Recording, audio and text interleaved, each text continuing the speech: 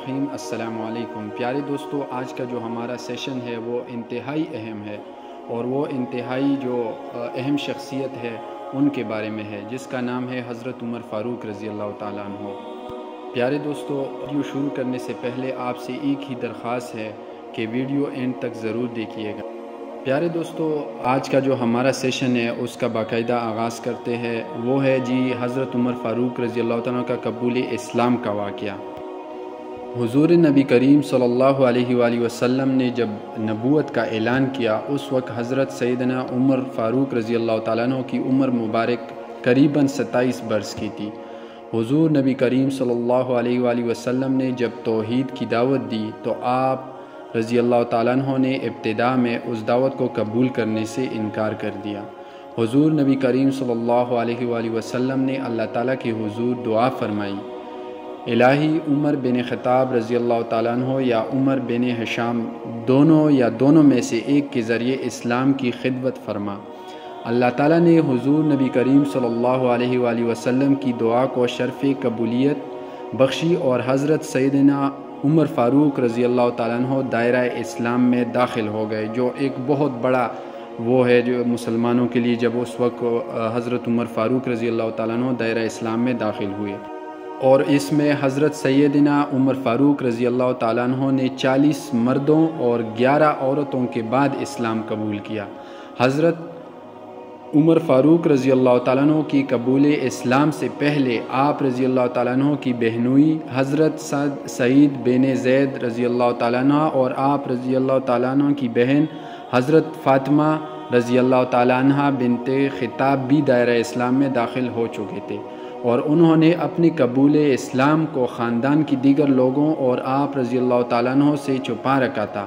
اس طرح آپ رضی اللہ تعالیٰ عنہ کے خاندان کے ایک اور شخص حضرت نعیم بن عبداللہ رضی اللہ تعالیٰ عنہ بھی اسلام قبول کر چکے تھے، اور اسلام قبول کرنے سے پہلے حضرت عمر فاروق رضی اللہ تعالیٰ عنہ جب انہوں نے اسلام قبول نہیں کیا تھا، جنہوں نے اسلام قبول کیا تھا ان کے ساتھ نہایت سختی سے پیش آتے تھے۔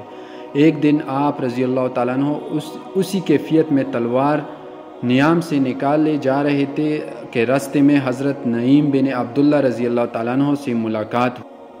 حضرت نعیم بن عبداللہ رضی اللہ تعالیٰ عنہ نے جب حضرت سیدنا عمر فاروق رضی اللہ تعالیٰ عنہ کو اس حالت میں دیکھا تو پوچھا، کیوں عمر، کہاں کا ارادہ ہے؟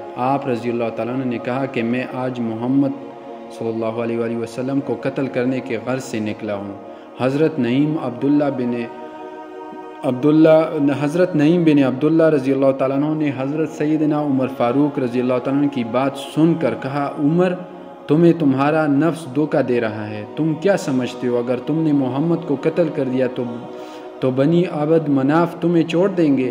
تم زمین پر چلنے کے قابل نہیں رہو گے، اور حضور نبی کریم صلی اللہ علیہ وآلہ وسلم کو قتل کرنے سے پہلے تم اپنے گھر کی خبر لو، تمہاری بہن اور بہنوئی نے اسلام قبول کر لیا ہے اور انہوں نے حضور نبی کریم صلی اللہ علیہ وآلہ وسلم کی پیروی اختیار کر لی ہے۔ تو جیسی ہی یہ بات حضرت عمر رضی اللہ تعالیٰ نے سنی تو راستہ بدل کر اپنی بہن کے گھر کی طرف روانہ ہو گئے۔ آپ رضی اللہ تعالیٰ کی بہن اور بہنوئی کے گھر اس وقت حضرت خباب بن الارت موجود تھے، جو انہیں سورہ طٰہٰ کی تعلیم دے رہے تھے۔ آپ رضی اللہ تعالیٰ عنہ کے قدموں کی آہٹ سن کر حضرت سعید بن زید رضی اللہ تعالیٰ عنہ نے حضرت خباب بن الارت رضی اللہ تعالیٰ عنہ کو گھر کے ایک کونے میں چھپا دیا۔ حضرت سیدنا عمر رضی اللہ تعالیٰ عنہ گھر میں داخل ہوئے اور پوچھا، تم لوگ ابھی کیا پڑھ رہے تھے؟ حضرت فاطمہ رضی اللہ تعالیٰ عنہ بنت خطاب نے کہا، کچھ بھی نہیں۔ آپ رضی اللہ تعالیٰ عنہ نے کہا، کیوں نہیں؟ میں نے خود اپنے کانوں سے تم دونوں کو کچھ پڑھتے سنا، اور مجھے یہ بھی معلوم ہو گیا تم دونوں نے محمد صلی اللہ علیہ وآلہ وسلم کی دین کی پیروی اختیار کر لی ہے۔ حضرت سیدنا عمر فاروق رضی اللہ تعالیٰ عنہ نے یہ کہتے ہی اپنی بہنوئی حضرت سعید بن زید رضی اللہ تعالیٰ عنہ کے منہ پر تمانچہ دے مارا۔ حضرت فاطمہ رضی اللہ تعالیٰ عنہ بنت خطاب شوہر کو بچانے کے لیے آگے بڑھی تو آپ رضی اللہ تعالیٰ نے ان کو دھکا دے مارا، جس سے ان کا سر پھٹ گیا اور خون بہنا شروع ہو گیا۔ حضرت سعید بن زید رضی اللہ تعالیٰ عنہ نے آپ رضی اللہ تعالیٰ عنہ کے جلال کی پرواہ کیے بغیر کہا، ہاں ہم نے اسلام قبول کر لیا ہے اور حضور نبی کریم صلی اللہ علیہ وآلہ وسلم دل و جان سے ایمان لے آئے ہیں۔ سبحان اللہ۔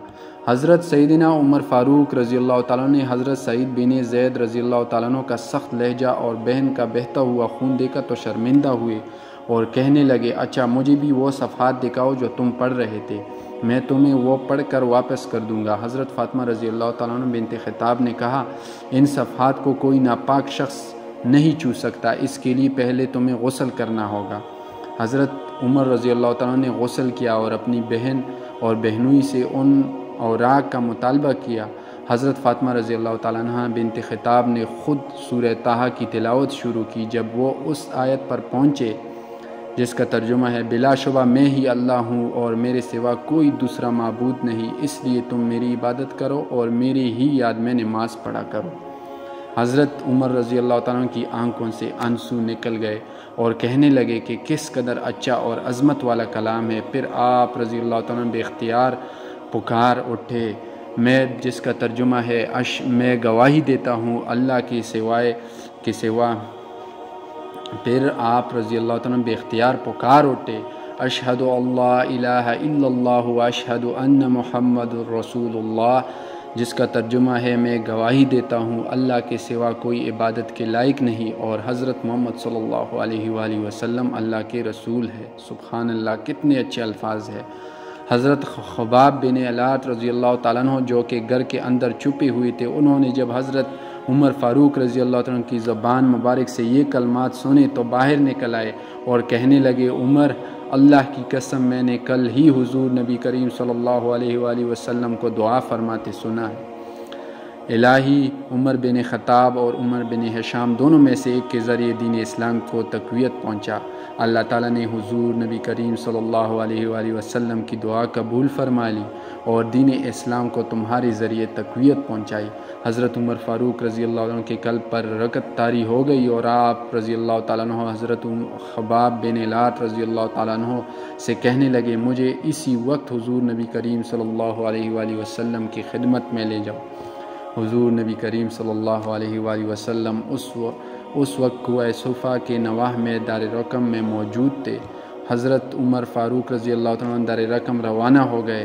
صحابہ کرام رضی اللہ تعالیٰ عنہ نے جب آپ رضی اللہ تعالیٰ عنہ کو آتے دیکھا تو حضور نبی کریم صلی اللہ علیہ وآلہ وسلم کو اس بات کی اطلاع پہنچائی کہ حضور نبی کریم صلی اللہ علیہ وآلہ وسلم کے چچا حضرت سیدنا حمزہ رضی اللہ تعالیٰ عنہ جو کہ اس وقت حضور نبی کریم صلی اللہ علیہ وآلہ وسلم کے پاس موجود تھے، انہوں نے جب آپ رضی اللہ تعالیٰ عنہ کے متعلق سنا تو فرمایا، عمر کو آنے دو، اگر تو وہ بلائی کے ارادے سے آیا تو اس کے ساتھ بلائی ہی ہوگی، اور اگر وہ کسی اور برائی کے ارادے سے یہاں آیا ہے تو میں اس کا سر قلم کر دوں گا۔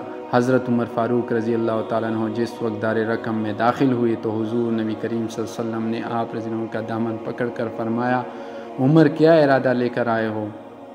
عمر فاروق رضی اللہ تعالیٰ عنہ نے عرض کیا، یا رسول اللہ، اسلام قبول کرنے کے لیے حاضر ہوا ہوں۔ حضور صلی اللہ علیہ وآلہ وسلم نے آپ رضی اللہ تعالیٰ عنہ کی بات سن کر نعرہ تکبیر بلند کیا اور صحابہ کرام رضی اللہ تعالیٰ عنہ اجمعین نے جواب میں اللہ اکبر کا نعرہ بلند کیا، جس سے کوہ صفا کی پہاڑیاں گونج اٹھی۔ سبحان اللہ، کتنا زبردست اور کتنا جو ہے اس وقت فخر کا مقام تھا جب حضرت عمر فاروق بہت بڑی شخصیت ہے اور انہوں نے اسلام قبول کیا، اور یہ محمد صلی اللہ علیہ وسلم کی دعا ہے جو اللہ تعالیٰ نے ان کی دعا کبھی رد نہیں کی اور ان کی دعا قبول ہوئی۔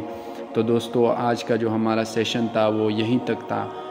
آپ سب سے گزارش ہے کہ اگر آپ ہمارے چینل پر نئے آئے ہیں تو سبسکرائب کرنا نہ بھولیے گا۔ ملتے ہیں نیکسٹ ویڈیو میں، تب تک کے لیے اپنا خیال رکھیے گا۔ اللہ حافظ۔